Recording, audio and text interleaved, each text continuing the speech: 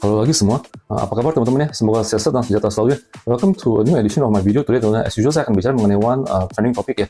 Tapi before that saya akan kasih lihat teman-teman saya punya chopping board product ya, seperti biasa ya. Ini teman-teman ini yang warna marble teman-teman ini ya. Jadi apa nih agak sedikit unik ya teman-teman ya ini ya. Kita sengaja request teman-teman ini yang warna ini khusus ya. Jadi dibikin khusus untuk di pasaran di Indonesia teman-teman gitu ya. Sebenarnya di internasional juga sudah ada teman-teman, tapi ini kita minta request khusus. Jadi saya masukin barang ini teman-teman begitu ya. Ini saya pasang handle nih teman-teman karena ini agak berat ya teman-teman ya. Begitu bahannya dia agak tebal nih teman-teman, kurang lebih ini 3 cm ya. Ini 3 cm teman-teman ya. Dan juga ini lebarnya 25 cm. Ini panjang kurang lebih hampir 40 cm teman-teman gitu. Ini lumayan agak berat teman-teman, kurang lebih ada 5-6 kiloan teman-teman gitu. Jadi ini saya udah bilang berkali-kali teman-teman bahwa tuh kita punya bahan ini terbuat dari HMWPE ya teman-teman ya, High Molecular Weight Polyethylene ya, begitu. Jadi bahan ini apa bedanya? Jadi ini bahan kita ini lebih terbuat dari molecules plastik yang lebih keras teman-teman ya, begitu ya. So 500 grams per molecule ini yang grade 500 punya ya, begitu. Jadi dia lebih keras, jadi otomatis juga ini lebih padat, lebih keras, lebih berat teman-teman begitu ya, dibandingin sama talenan yang biasa yang ada di pasaran di Indonesia teman-teman begitu ya. Jadi kenapa kita minta request bahan yang ini teman-teman? Bahan request ini memang standar minimum yang dipakai di luar negeri teman-teman gitu ya, untuk menjaga tuh food safety standard teman-teman itu. Jadi makanan tidak terkontaminasi oleh microplastik yang bahannya dari bahan yang lembek teman-teman begitu ya, campur ke makanan bisa menyebabkan kanker lama di sistem badan kita teman-teman begitu. Jadi ini memang standar minimal yang dipakai di negara-negara maju teman-teman begitu ya, di US, di Europe, bahkan sekarang juga udah di Asia teman-teman begitu ya. Tapi sayangnya memang di Indonesia belum ada peraturannya teman-teman ya. Di sini masih ya begitulah, Horeca di sini masih boleh memakai talenan apa aja teman-teman begitu ya. Jadi itu memang kondisinya belum ada peraturan yang strict di Indonesia lah teman-teman begitu ya kan. Memang mereka juga pakai teman-teman, para chef itu juga mereka berasa ya talenan mereka kenapa cepat lembek, hanya berapa bulan, 3 bulan dibuang, tiap 3 bulan dibuang teman-teman begitu. Jadi itu karena tuh bahannya tuh yang dipakai tuh memang dia bahan grade-nya yang sebenarnya tidak layak teman-teman ya. Mereka grade-nya lebih rendah, tentunya lebih murah pasti ya begitu. Jadi mereka juga lebih gampang, lebih lembek, lebih gampang berbaret, lebih gampang habis teman-teman begitu permukaannya gitu ya. Jadi saya udah bilang berkali-kali teman-teman ya, kita juga ada di video short saya teman-teman ya, saya kasih lihat dibajak berkali-kali tuh hanya meninggalkan bekas sedikit ya teman-teman, dibandingin sama talenan yang biasa langsung nancep gitu teman-teman begitu ya, dibacok ya langsung dia punya bekas lebih dalam gitu teman-teman begitu. Itu ada di video short saya teman-teman begitu ya. Jadi teman-teman jangan khawatir ya, kita udah FDA approved di US dan di Europe kita udah ada ITNS certification ya begitu. Jadi ini memang standar minimal yang dipakai secara internasional teman-teman gitu. Mungkin chefs asing yang di sini mereka udah pada tahu lah teman-teman, terutama mereka yang mungkin udah sebelas kerja dari Jepang teman-teman, mereka udah tahu gitu ya. Tapi di Indonesia memang peraturannya belum begitu ketat teman-teman. Anyway, ini ada further inquiries teman-teman bisa research di Instagram teman-teman itu. Ini ukuran kita bisa di customize ya, sesuai dengan kebutuhan, atau bahkan meja platformnya itu bisa mau berapa panjang berapa lebar teman-teman begitu ya. Ini warna ini agak sedikit rare and limited edition teman-teman gitu, karena stok kita juga nggak banyak teman-teman. Ini yang warna marble ya. Ini kita juga ada warna coklat ya teman-teman begitu ya. Ini warna coklat ini juga sama dipasang handle ya kan. Nah begitu, ini warna coklat ini bisa dibuat untuk daging lain, jadi mungkin bisa buat makanan yang udah masak, atau bahkan daging babi juga bisa teman-teman begitu. Jadi ini warnanya dibedakan teman-teman kalau mungkin di hotel atau di restoran ya begitu ya, supaya preventing cross contamination ya teman-teman begitu. Kalau warna marble atau warna putih itu netral teman-teman begitu ya. Jadi kita ada food color code gitu teman-teman begitu. Anyway, mungkin sekarang saya mau sedikit bicara mengenai yang ini teman-teman. Ini artinya udah 20 year anniversary dari tsunami punya Aceh, Aceh punya tsunami teman-teman gitu ya. We call this the Indian Ocean Tsunami teman-teman, tahun 2004 ya begitu. Pas ya ini sekarang udah tahun 2025 teman-teman, awal tahun ya gitu. Tapi kemarin itu dokumenternya juga saya banyak lihat ya. Karena waktu tahun 2004 itu kenapa saya mau bikin video ini teman-teman? Karena waktu tahun 2004 itu ya saya masih agak 20 tahun yang lalu teman-teman, saya masih agak kecil teman-teman. Jadi saya juga nggak begitu terlalu perhatiin ya. Waktu itu juga YouTube juga belum begitu, tahun 2004 mungkin YouTube juga belum begitu banyak dipakai teman-teman begitu video tahun segitu ya. Jadi sekarang udah banyak yang upload ya teman-teman begitu. Itu tsunami yang di Aceh yang benar-benar terkenal itu teman-teman begitu. Memang saya tahu tahun 2011 ya di Jepang juga itu ada teman-teman ya, tsunami juga ya. Itu Jepang yang juga parah ya, yang di Hiroshima itu teman-teman begitu ya, yang di pinggir pantai yang ngadep ke sebelah timur itu teman-teman begitu, kalau yang di Jepang ya. Tapi ini yang di Aceh ini dia punya casualties, maksudnya dia punya korban jiwa teman-teman ini paling banyak, paling besar yang terekam di sejarah manusia tuh teman-teman gitu ya, gitu ya kan. Sebelum-sebelumnya memang ada lah ya, tapi ini yang tahun 2004 ini memang ada kesan ini yang paling terkenal dan paling besar dan paling parah yang memang kebetulan terjadi di Indian Ocean atau di dekat Aceh teman-teman begitu ya kan. Gara-gara ini dokumenter ini saya juga baru lihat teman-teman, jadi dia merayakan tuh 20 tahun teman-teman ya begitu ya. Saya juga ngelihat sampai waktu itu si presiden siapa SBY teman-teman ya waktu itu ya, sampai di interview ulang, jadi bilang lagi bahwa dia tuh waktu kejadian itu ya pas di satu hari sesudah Natal ya, tanggal 26 Desember teman-teman ya, itu waktu katanya dia ada di Papua teman-teman ya pas ada kejadian itu. Jadi banyak orang juga nggak nyangka teman-teman begitu ya, makanya nggak ada persiapan apa-apa. Nah, orang juga nggak nyangka bakal kejadian tuh di Asia Tenggara begini teman-teman ya begitu ya, di selatan India begitu teman-teman ya. Jadi nggak dianggapnya tuh tsunami hanya terjadi di Jepang ya. Kalau negara-negara lain yang udah biasa teman-teman, terutama di Jepang lah yang udah terkenal tuh tsunami selalu kayak negara nomor 1 terkena tsunami itu Jepang teman-teman ya, di seluruh dunia ya begitu ya. Ini kan udah ada sejarahnya, udah ada bukunya, udah ada tulisannya dari dia punya nenek moyang teman-teman kalau di Jepang ya begitu. Jadi gara-gara dokumenter ini teman-teman saya ngeliat balik gitu teman-teman. Jadi di YouTube juga banyak video-videonya ya saya lihat ya. Pas itu ombaknya itu pas pas kebetulan rekam videonya di handphone ya teman-teman begitu ya kan. Di Aceh dan juga bukan hanya di situ ya, di Thailand ya. Di Thailand itu sama di Sri Lanka teman-teman yang paling parah ya begitu. Ya kan. Jadi ini efek ini beberapa negara teman-teman ya. Termasuk juga di Singapura sih enggak lah, tapi dia juga kasih bantuan Malaysia ya, Thailand, Sri Lanka, India teman-teman begitu. Jadi di dokumenter saya juga ngeliat teman-teman sampai benar-benar saya ada nonton banyak, ada lumayan lah ada beberapa videonya yang saya nonton teman-teman. Jadi saya ngeliat juga bahwa ini ternyata waktu tahun 2004 teman-teman begitu ya kan.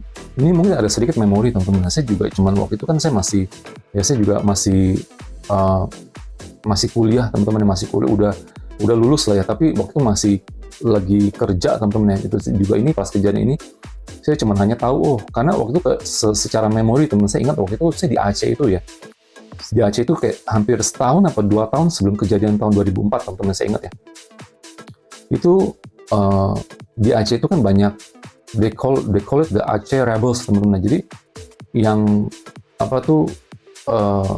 Aceh orang yang jadi kayak gimana ya, kayak orang yang ingin melepas dari Indonesia gitu teman-teman gitu ya. Jadi kayak waktu saya ingat teman-teman ya, they call it the Aceh Insurgency teman-teman gitu ya. Di mana tuh mereka tuh pengen dipisahkan teman-teman, mungkin jadi wilayah sendiri atau bagaimana ya. Kalau seingat saya teman-teman waktu setahun apa 2 tahun sebelum kejadian Aceh itu teman-teman gitu.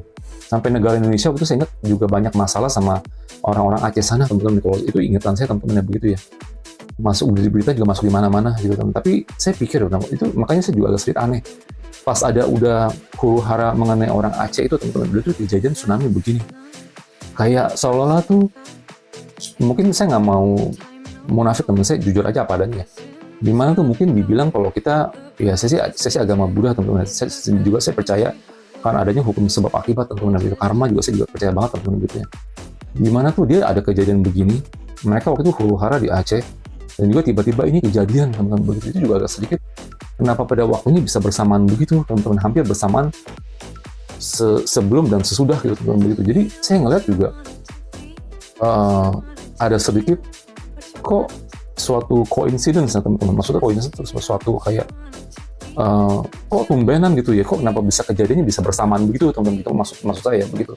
Ini kan ini kita mungkin dari sisi perspektif hukum, maksudnya ya karma teman saya mikir ya, kok kenapa yang di atas itu kenapa bisa adakan musibah besar begini teman-teman begitu ya, apa dosa mereka gitu teman-teman begitu ya. Mereka kehilangan banyak anak-anak sana jadi yatim piatu teman-teman, yang kehilangan orang tua apa segala macam dan begitu ya. Ada kebalikannya juga, orang tua kehilangan anak mereka semuanya teman-teman begitu ya kan, bayi, anak kecil apa ya begitu. Jadi saya juga mikir teman-teman begitu, kenapa bisa begitu ya. Jadi waktu itu saya kalau nggak salah teman-teman saya pernah pergi ke ya adalah wihara yang terkenal di Jakarta teman-teman ya. Dan saya nggak usah ngomong teman-teman, mungkin dulu masih ada petak 9 teman-teman, sekarang juga masih ada sih ya begitu. Waktu itu kebetulan saya ada, waktu itu belum lama itu kejadian teman-teman, saya juga ngeliat, saya juga baca ceritanya teman-teman begitu ya, bahwa tuh kadang-kadang tuh yang di atas teman-teman, yang di atas terutama yang ya yang maha kuasa teman-teman, yang pastinya ya, mereka tuh adakan bencana atau musibah ya teman-teman ya, bukan tuh tanpa maksud ya begitu ya kan. Kalau itu sih dari sisi perspektif saya teman-teman ya, dan juga apa yang saya perhatikan teman-teman begitu ya kan. Kenapa bisa begini teman-teman ya? Kita nggak bisa, kita ya selalu kita bilang oh Tuhan tidak adil, kenapa bisa ada bencana begini, kenapa bisa ada bencana begitu teman-teman begitu ya. Oh kenapa sebagian daerah atau negara selalu tuh tanpa bencana gitu teman-teman begitu. Misalnya kayak contohnya kayak Singapura lah teman-teman begitu ya. Negaranya kecil tapi mereka makmur ya teman-teman, dan juga jarang ada bencana lah ya, kecuali COVID lah teman-teman begitu ya kan. Dimana tuh semua kita orang juga kena semua teman-teman begitu ya kan. Bukan hanya tuh di satu negara teman-teman begitu. Makanya kadang-kadang kalau kita boleh ngomong jujur teman-teman ya begitu ya. Kadang yang di atas itu ya berbuat atau memberikan musibah begini teman-teman ya, bukan tuh tanpa maksud ya begitu ya. Pasti ada sesuatu di belakang layar atau makna musibah yang sebenarnya gitu teman-teman begitu ya kan. Kalau mungkin saya nggak mau nilai negatif teman-teman, tapi dari kejadiannya itu dimundurin setahun 2 tahun karena yang si orang-orang Aceh itu ya teman-teman ya, dia ada kayak Aceh revolusi atau apa dibilangnya. Dulu saya juga pernah bikin kayak laporan ya apa namanya kayak semacam kayak politik atau skripsi begitu dulu teman-teman. Jadi ada sedikit link teman-teman ya, bahwa tuh oh ini grup dari mana gitu teman-teman ya, kayak misalnya contohnya kayak ISIS lah teman-teman gitu misalnya ya gitu ya. Saya nggak bilang Aceh itu orang ISIS ya gitu. Maksud saya tuh kayak ada link, oh ini grupnya ini tuh secara politik itu mereka tuh mau pisah dari negaranya atau dari Indonesia atau bagaimana gitu teman-teman begitu ya kan. Jadi saya juga ngeliat begitu, oh mungkin karena begitu teman-teman ya. Jadi itu ada satu ya laporannya, saya cuma hanya mau share sedikit teman-teman, bahwa tuh yang di atas itu bikin musibah itu karena dia mempunyai maksud tertentu teman-teman begitu ya. Ya mungkin kalau kita sebagai manusia, kita di sini teman-teman, kita kalau boleh bilang jujur, kita sebagai manusia, kita di alam bumi sini teman-teman, kita diharuskan kita banyak belajar sebenarnya ya begitu.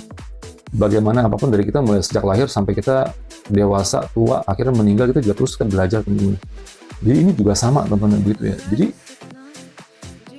orang-orang yang biasa yang nyawanya diambil secara tiba-tiba teman-teman ya, tanpa ada gejala apapun teman-teman, biasanya tuh ya sorry to say teman-teman, mungkin orang yang di atas teman-teman yang maha kuasa ingin menarik mereka untuk bisa lebih belajar bisa di alam sana teman-teman begitu. Ngomong jujurnya teman-teman begitu ya kan.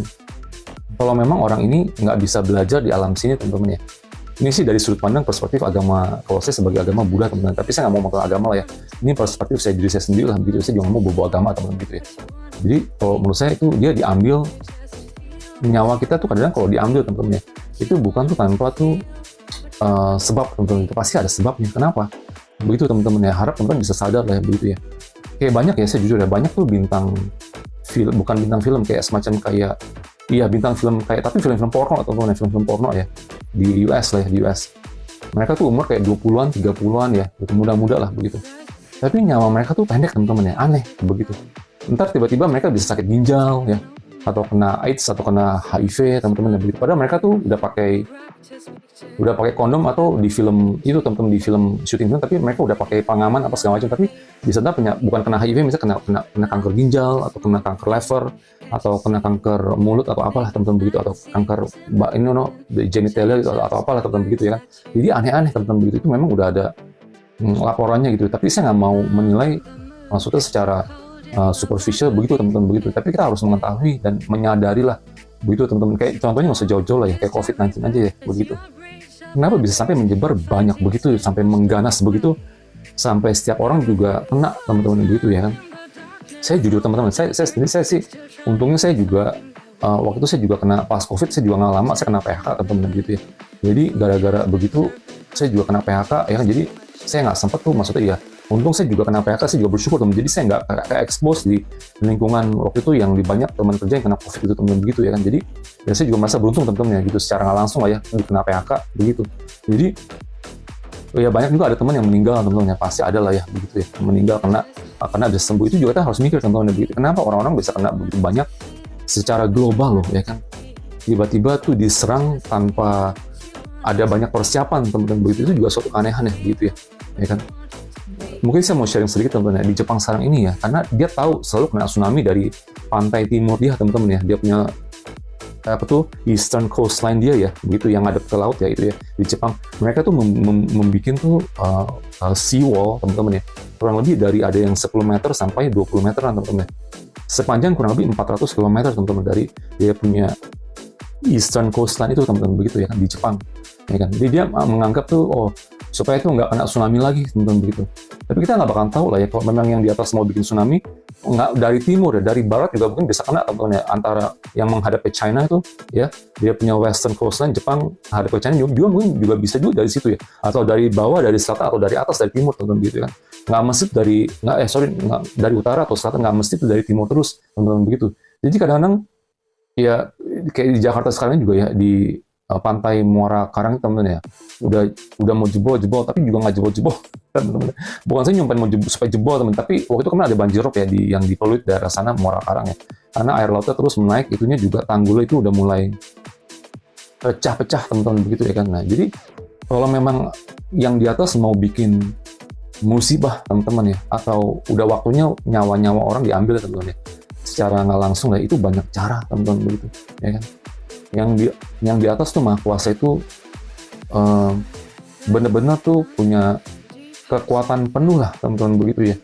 Kita sebagai manusia kalau memang udah waktunya tiba teman-teman ya, kita nggak bisa berbuat apa-apa teman-teman begitu. Kita hanya bisa tuh menghadapi dan mungkin belajar ya teman-teman dari musibah-musibah itu teman-teman. Oke, tentunya kita menjadi lebih pintar juga ya. Kita tahu ini ada tsunami.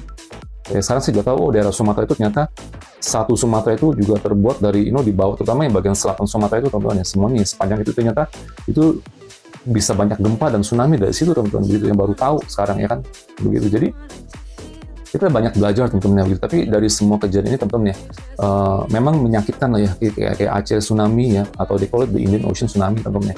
Terus sekarang juga yang baru-baru ini belakangan juga COVID teman-teman begitu banyak ya kan. Kayak orang di pasar juga, biasa ketemu orang di pasar, ada, sekarang udah nggak ada teman-teman. Orang-orang di pasar itu mereka juga udah pergi gitu teman-teman begitu ya, karena COVID ya begitu. Jadi ini semua pasti ada hikmahnya lah teman-teman begitu ya. Jadi sebagai manusia makanya kita harus bisa menyadari lah ya, dan belajar tuh menyadari dan mengacak gitu teman-teman begitu ya, bahwa tuh perbuatan sendiri tuh benar atau tidak benar gitu teman-teman begitu, supaya itu yang di atas tuh tidak mengambil nyawa kita secara tiba-tiba gitu teman-teman begitu. Ya orang diambil nyawa tiba-tiba juga ada bagusnya teman-teman, pertanda bahwa tuh mungkin orang ini terlalu baik atau bagaimana, jadi ya udah gitu lebih orang ini udah waktunya dia selesai, dia punya cobaan hidup di dunia sini ya, dia udah berbuat baik, udah benar-benar terlalu baik teman-teman, sampai dia itu diambil secara tiba-tiba gitu teman-teman. Ada juga yang begitu ya kan, tapi itu maksudnya itu tidak menyakitkan ya, maksudnya meninggal ya teman-teman begitu ya. Kayak saya nggak usah ngomong jauh-jauh lah ya, di Korea Selatan ya teman-teman ya, itu juga banyak musibah ya teman-teman begitu, yang baru belakang ini juga Jeju Air itu teman-teman yang begitu ya. Yang sebelumnya itu yang di pas malam tahun baru itu yang di kalau nggak salah nama gang itu yang sempit itu, yang banyak 150 orang meninggal teman-teman ya. Itu anak-anak muda kebanyakan di situ pas malam tahun baru itu teman-teman ya, yang dia pada numpuk itu kan, yang di gang itu juga ya begitu. Terus juga sebelumnya juga di Korea Selatan itu yang yang kapal feri Sewol itu teman-teman begitu ya, anak-anak sekolah loh ya bisa tenggelam, itu kapal bisa tenggelam, bisa direnggut nyawa anak-anak itu. Jadi banyak orang tua di interview kehilangan anaknya teman-teman begitu. Itu juga bukan tanpa sebab teman-teman begitu ya. Jadi yang di Korea itu, jadi dua kejadian itu teman-teman, yang Sewol sama yang malam tahun baru itu, yang tumpuk badan itu teman-teman, yang di gang itu, yang namanya Incheon atau apa sih lupa teman-teman ya. Begitu yang terkenal itulah begitu ya, ada 150 orang teman-teman yang ditumpuk, yang ketumpuk lah teman-teman begitu ya, keinjek juga teman-teman, keinjek ketumpuk ya teman-teman, sampai dia pingsan, sampai meninggal teman-teman begitu ya. Begitu. Itu juga target juga anak-anak muda ya. Terus baru ini juga Jeju Air itu memang pesawat banyak yang kesalahan teman-teman begitu ya. Di seluruh dunia juga banyak pesawat juga jatuh teman-teman begitu ya. Bukan hanya di Korea Selatan, tapi itu bukan tanpa sebab teman-teman begitu. Jadi kalau saya lihat ini semua teman-teman ya, ini semua dari perbuatan si karma ya, manusianya itu sendiri teman-teman, manusia teman-teman gitu. Karena dari perbuatan kita sendiri ya, dari kita punya sifat dan perbuatan, yang di atas juga nggak buta teman-teman begitu. Makanya diadakanlah ini kayak musibah yang tak diduga-duga, yang tidak diduga-duga seperti begitu teman-teman, yang kalau menurut saya teman-teman agak sedikit kayak, jujur kata teman-teman ya, kurang wajar teman-teman gitu. Kurang wajar dan juga kejadiannya tuh terlalu bersamaan, atau ya kalau kita bilang terlalu coincidental teman-teman begitu ya. Gitu. Anyway, ya saya cuma hanya mau sharing dikit teman-teman begitu ya. Untuk mengenang lah ya itu, saya juga banyak belajar sekarang dari si Aceh atau yang 2004 tsunami itu teman-teman. Anyway, ya teman-teman, thank you for watching ya. Hope you can also help me to subscribe, like, and share. Oke, bye-bye.